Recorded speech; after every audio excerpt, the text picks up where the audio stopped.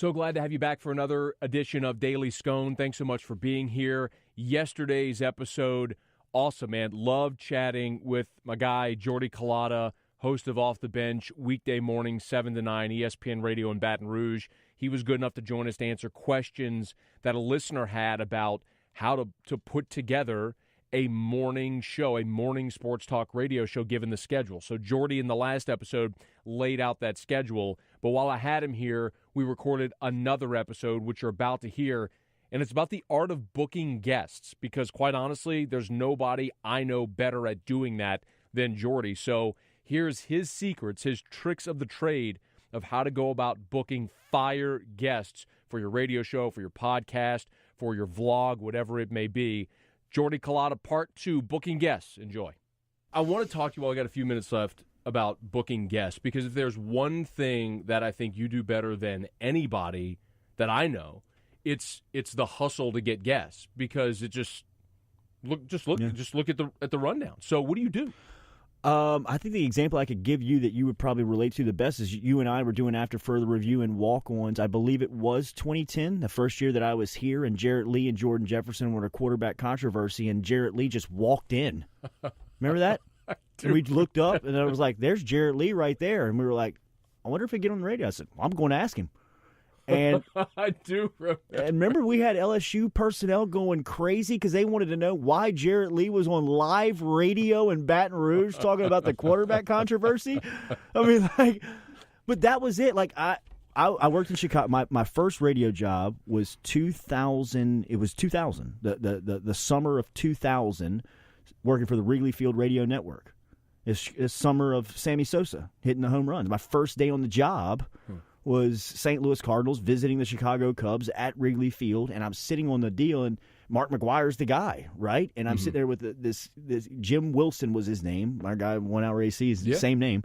But he was the program director at the Wrigley Field Radio Network up in Chicago, and I'm sitting there looking at Mark McGwire, like he the legend that he is, and I'm 20. I'm like, golly, man, it'd be unbelievable if I could interview this guy on my first day on the job.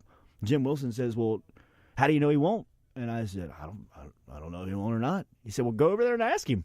And I went and asked him. He was like, yeah, sure. And I was like, at first, I don't even know what I asked him. I'm like shaking with the candidate.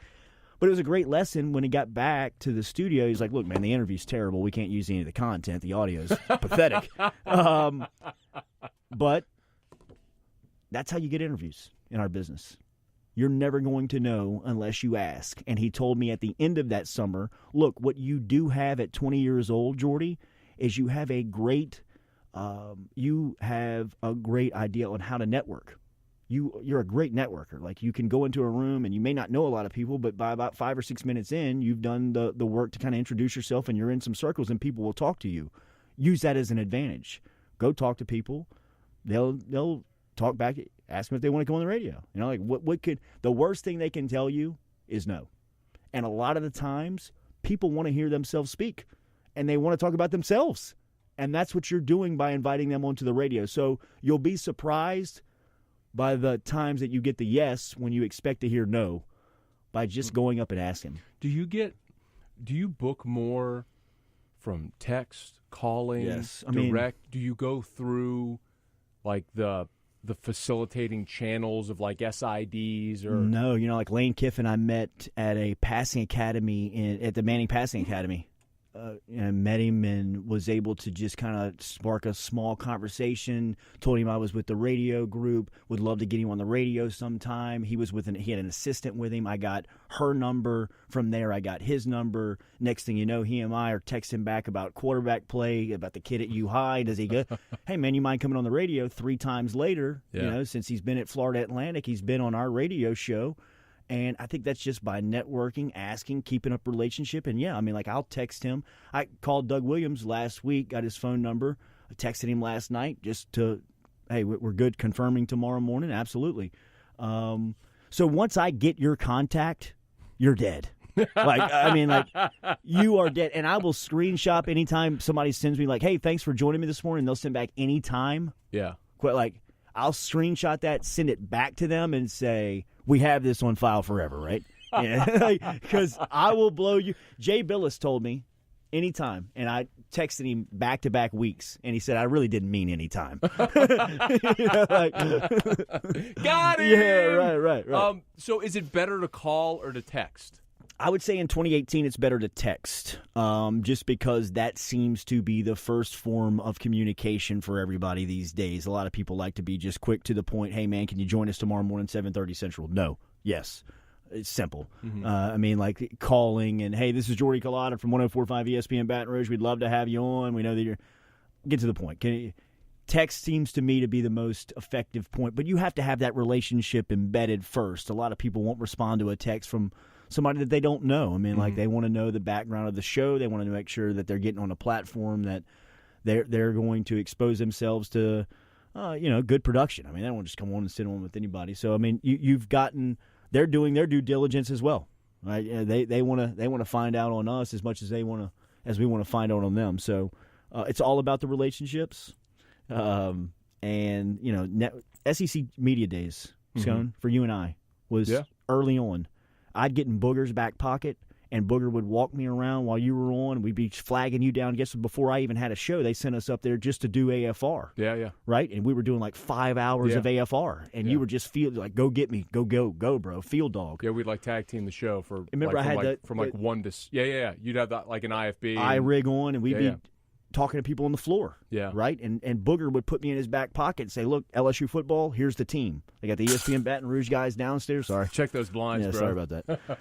And here's the guy. Like, get his contact. If you want to talk LSU football, he'll get you on if he wants to hear about. So, I mean, like those types of opportunities, SEC Media Days, the SEC spring meetings, which I think we missed the boat on every year. I mean, just for a networking opportunity. You've got all of the decision makers from the SEC with their coaches in flip-flops and sandals. Right. I mean, flip-flops and swimsuits. Hanging out, drinking Mai Tais. Just hanging out. I mean, they'll give you – the first time Ed Ogeron spoke about Joe Burrow, SEC spring meetings. Yeah. So – all right, last thing, I'll let you bounce because I don't want to take up too much of your time. For the guy or gal that's listening right now that doesn't have a show, they're trying to get in.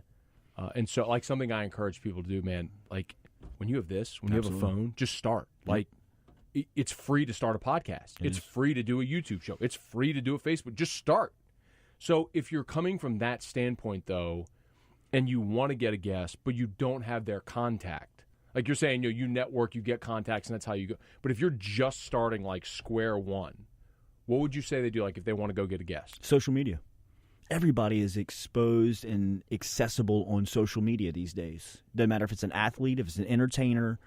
They either have a website, you can DM them, you can get to their direct messages, whether it's Instagram, Facebook, or Twitter, or on their Twitter biography or on their biography of any of those social medias, they'll have an email or a way to get in touch with them. Utilize that. Explain who you are, explain what your intent is by asking them to come on the show, and I'll go back to what Jim Wilson told me from the Wrigley Field Radio Network. The worst thing they can tell you is no. And that's all good. Once you hear it for the first time, your feelings hurt. Second time, not so bad. Third time, let's keep rolling. I got to find the yes. You know what I mean? Like, you just start getting into people, and you find their find them. On social media, people are accessible. And as long as you're not threatening, hey, look, man, I'm a local radio host down in Baton Rouge, Louisiana. I just started a podcast. I'm passionate about it. I'd love to have you on to talk about whatever your expertise is. Here's some of the questions I may ask you. Make them comfortable, right? Don't invite them into some environment where they're going to be shocked and be like, whoa, what's going on? Hey, look, I'm going to have you on, and this is what we're going to discuss. Is there anything that you would like to talk about that I may have left out from the topics that I'd like to discuss? Is there anything in the topics I want to discuss that you maybe feel uncomfortable about? Let them feel you're inviting them into your house.